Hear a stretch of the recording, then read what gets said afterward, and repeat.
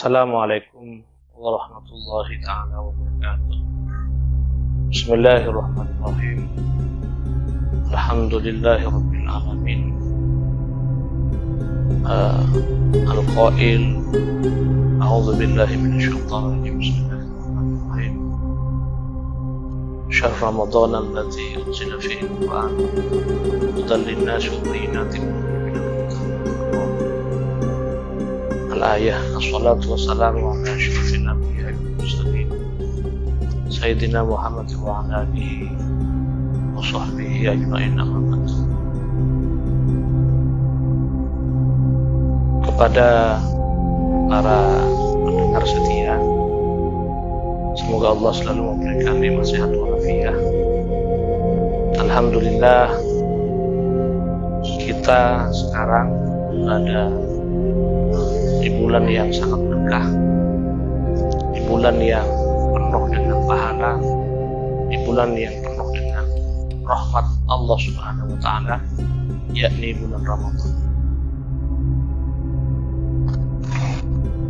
Bulan Ramadan adalah termasuk bulan Ramadan yang sangat istimewa dibandingkan dengan bulan-bulan yang lain, karena ada beberapa peristiwa yang diturunkan oleh Allah Subhanahu wa Ta'ala yang sangat luar biasa, yaitu diantaranya turunnya Al-Quran yang disebut dengan Nuzul Quran, dan juga Lailatul Qadar, malam yang sangat istimewa sekali.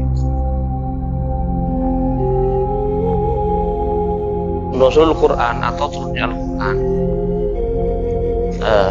mengenai turunnya Al-Quran, ulama berbeda pendapat. Ada 3 pendapat. Yang pertama adalah bahwa Al-Quran pertama kali diturunkan di malam Lailatul Qadar dalam bentuk dan jumlah yang utuh dan komplit. Kemudian mengenai turunnya Al-Quran atau Al-Quran, ulama berbeda pendapat. Pertama, bahwa Al-Quran dengan jumlah dan bentuk yang utuh dan komplit diturunkan oleh Allah Subhanahu wa Ta'ala kepada sama'ud dunya, artinya langit dunia, secara sekaligus. Kemudian setelah itu Allah menurunkan ke bumi dengan bertahap atau dengan berangsur-angsur sesuai kebutuhan selama 20 atau 23 tahun. Ini yang pertama. Sedangkan pendapat yang kedua mengatakan bahwa Nuzul Quran atau turunnya Al-Quran itu diturunkan oleh Allah pada malam Lailatul Qadar, yaitu selama 20 Lailatul Qadar. Berarti kalau selama 20 Lailatul Qadar itu berarti artinya 20 tahunan. Kemudian dibacakan kepada Nabi Muhammad SAW melalui malaikat Jibril alaihissalam.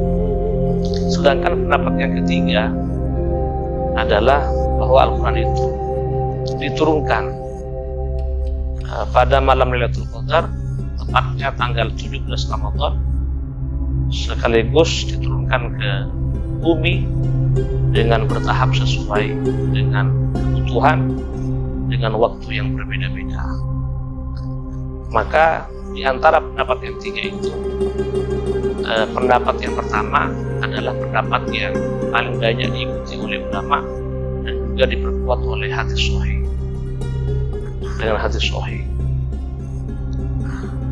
Sedangkan pendapat yang kedua itu dikemukakan atau dipelopori oleh Imam Al-Muqatil dan juga Abu Abdillah Al-Halimi dalam kitabnya Al-Minhaj, dan juga dipelopori oleh Syekh Imam Mawardi di dalam kitabnya. Sedangkan yang ketiga, pendapat yang ketiga dimukakan oleh Syekh Al-Shibli. Tentunya dari turunnya Al-Quran ini ulama berbeda pendapat kira-kira tanggal berapa. Sesuai dengan yang kami sudah terangkan di atas, itu diturunkan tepat pada malam Lailatul Qadar. Tetapi waktu yang tepat, waktu yang pasti terkait dengan Lailatul Qadar, dalam hal ini ulama berbeda pendapat. Ada yang mengatakan tanggal 1, ada yang mengatakan tanggal 17, ada yang mengatakan di waktu 10 terakhir dari bulan Ramadan, yaitu di tanggal-tanggal yang ganjil. Bahkan ada yang berpendapat di tanggal 29 Ramadan. Tentunya dengan diturunkannya Al-Quran, maka memberikan sebuah hikmah atau pembelajaran kepada kita agar kemudian kita itu selalu membaca Al-Quran, mentadabburi Al-Quran, sehingga kita itu bisa mendapatkan petunjuk dari Allah sehingga menjadi insan kamil sesuai yang diharapkan oleh Allah Subhanahu wa Ta'ala. Amin ya Rabbal Alamin. Sehingga berhubung karena nuzul Quran itu diturunkan di bulan puasa dan tepatnya di malam Lailatul Qadar, maka hendaknya kita sebagai orang mukmin, seorang muslim, lebih-lebih seorang santri yang selalu belajar agama Islam, maka ada beberapa hal yang kita harus istiqomah, harus dilakukan. Yang pertama adalah membaca Al-Quran beserta menghayati dan mentadabburinya.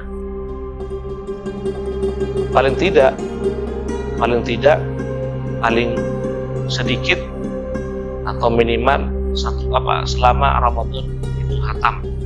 Sedangkan yang paling sangat diharap siang hari siang malam di dalam Ramadan itu khatam. Terus yang kedua, memperbanyak sedekah, wabil khusus kepada fakir miskin. Karena dengan sedekah maka kita akan dijauhkan dari mara bahaya oleh Allah Subhanahu wa Ta'ala. Dan juga kita harus memperbanyak melakukan perbuatan-perbuatan baik seperti sholat malam, seperti berzikir kepada Allah Subhanahu wa Ta'ala, sehingga dengan berzikir maka kita itu hati kita bisa menjadi tenang sehingga akan lebih dekat kepada Allah Subhanahu wa Ta'ala. Dan juga banyak amal-amal lain yang harus dilakukan di bulan yang penuh dengan barokah ini, mengingat Al-Quran sebagai pedoman kita diturunkan di bulan yang penuh dengan barokah ini.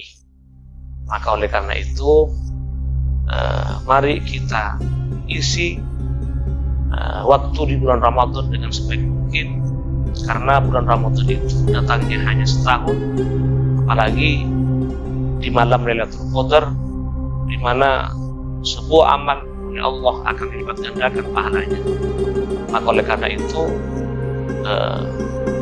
bagaimana kita selalu menjaga dan menunggu terhadap kehadiran Lailatul Qadar sesuai dengan yang ditunjukkan atau yang dijelaskan oleh para ulama kita. Semoga kita oleh Allah Subhanahu wa Ta'ala senantiasa diberi kekuatan, diberi kemampuan untuk menjalankan puasa itu di bulan Ramadan, dan juga diberi kekuatan dalam rangka untuk menjalankan semua perintah Allah dan menjauhi larangan Allah. Kurang lebihnya dari kami, maaf yang sebesar-besarnya. Assalamualaikum warahmatullahi wabarakatuh.